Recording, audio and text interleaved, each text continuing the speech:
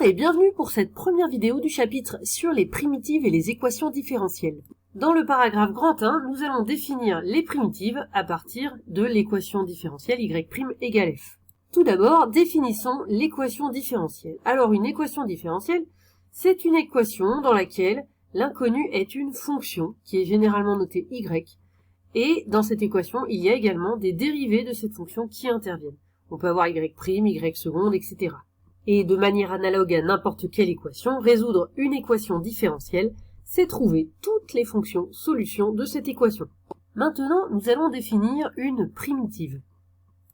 Il s'agit de résoudre l'équation différentielle y' égale f avec f qui est une fonction donnée, qui est une fonction connue, et donc on cherche y tel que y' égale f.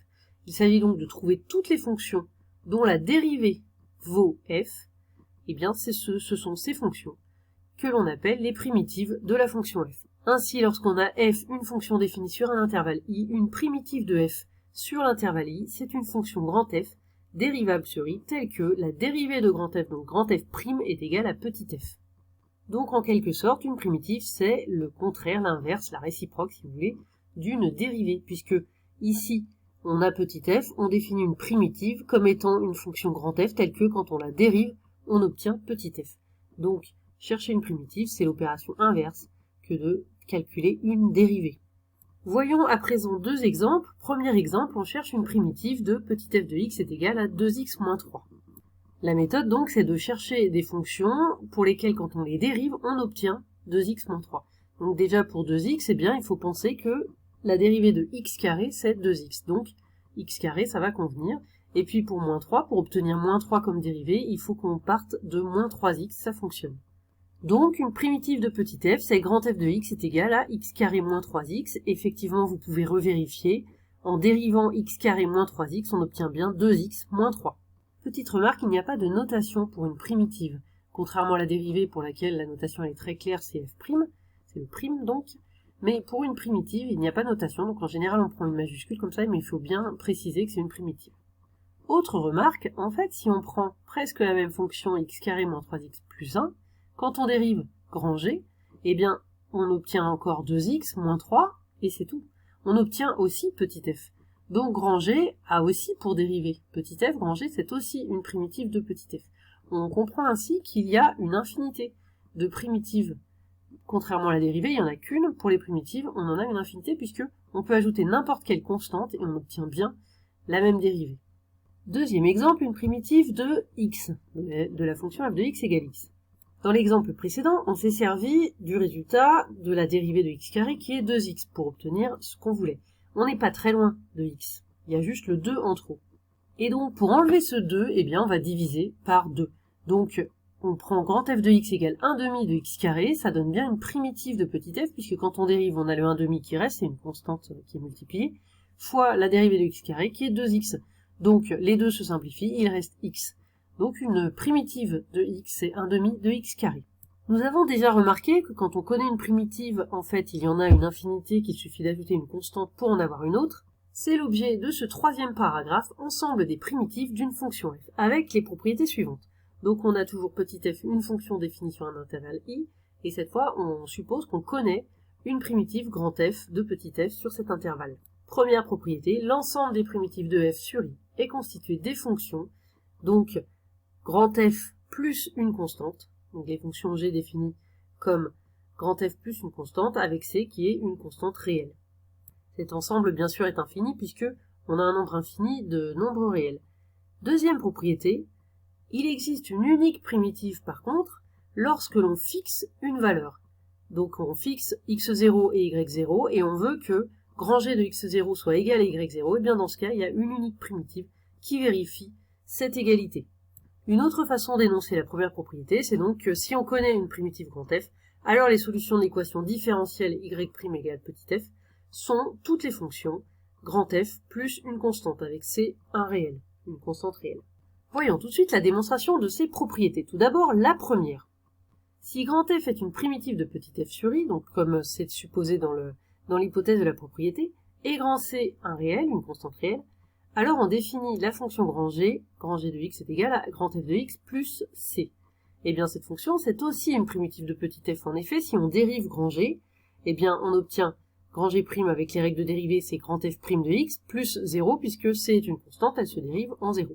Donc on obtient grand F', or grand F' c'est petit f, puisque grand F est une primitive de petit f. Donc on obtient que grand G' est égal à petit f, donc grand G est aussi une primitive de petit f. Ainsi, nous avons démontré que toutes les fonctions du type grand F plus une constante sont des primitives de petit f. Maintenant, il faut le démontrer que ce sont les seules, c'est-à-dire que toutes les primitives de petit f sont de cette forme. Alors pour cela, nous supposons que grand G est une primitive de petit f, mais on suppose que nous ne connaissons pas la forme de grand G. Grand G moins f, moins grand f, c'est une fonction qui est dérivable puisque grand G et grand f sont dérivables.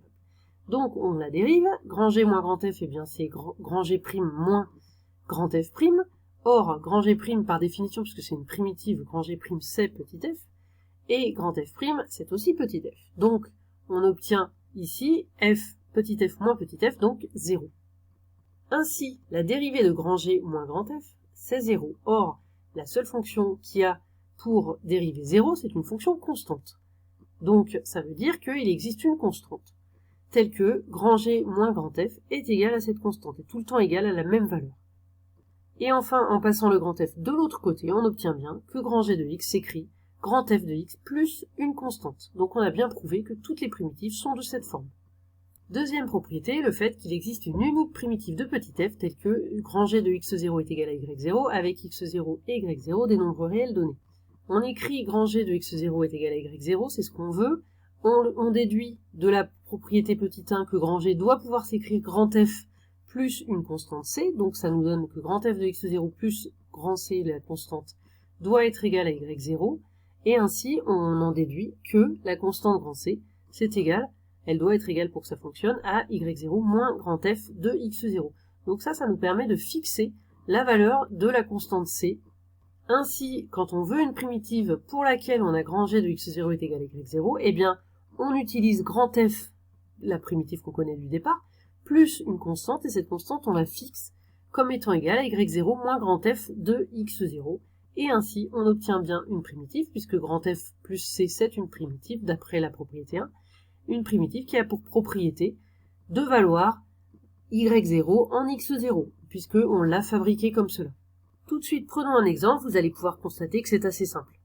La question est donc de trouver la primitive grand G de petit f qui est égale à 2x moins 3, telle que grand G de 1 est égal à 1. Nous avons déjà cherché une primitive de cette fonction petit f, nous l'avons déjà fait un petit peu avant dans la vidéo. On avait trouvé donc grand f de x est égal à x carré moins 3x. Nous savons maintenant que toutes les primitives s'écrivent sous la forme grand f plus c, donc là, la primitive grand G que nous cherche, on sait qu'elle s'écrit grand f que j'ai réécrit ici, plus une constante grand C, on ne connaît pas encore cette constante. Notre objectif reste donc de déterminer grand C pour que grand G de 1 est égal à 1, c'est ce qui est demandé dans l'énoncé. Grand G de 1, eh bien on écrit ce que c'est, on remplace x par 1, ça fait 1 au carré moins 3 fois 1 plus C, et on veut que ceci soit égal à 1. Donc on a une petite équation, nous allons donc trouver la valeur de grand C. 1 au carré, ça nous donne 1 moins 3 fois 1, donc moins 3, 1 moins 3, ça fait moins 2, donc on a moins 2 plus C est égal à 1, on passe le moins 2 de l'autre côté, on obtient grand C est égal à 1 plus 2, donc 3. Et voilà, grand G de x, c'est donc x carré moins 3x plus 3, et c'est la primitive cherchée, vous pouvez vérifier que la dérivée vaut bien petit f, et que grand G de 1 est égal à 1, tout va bien.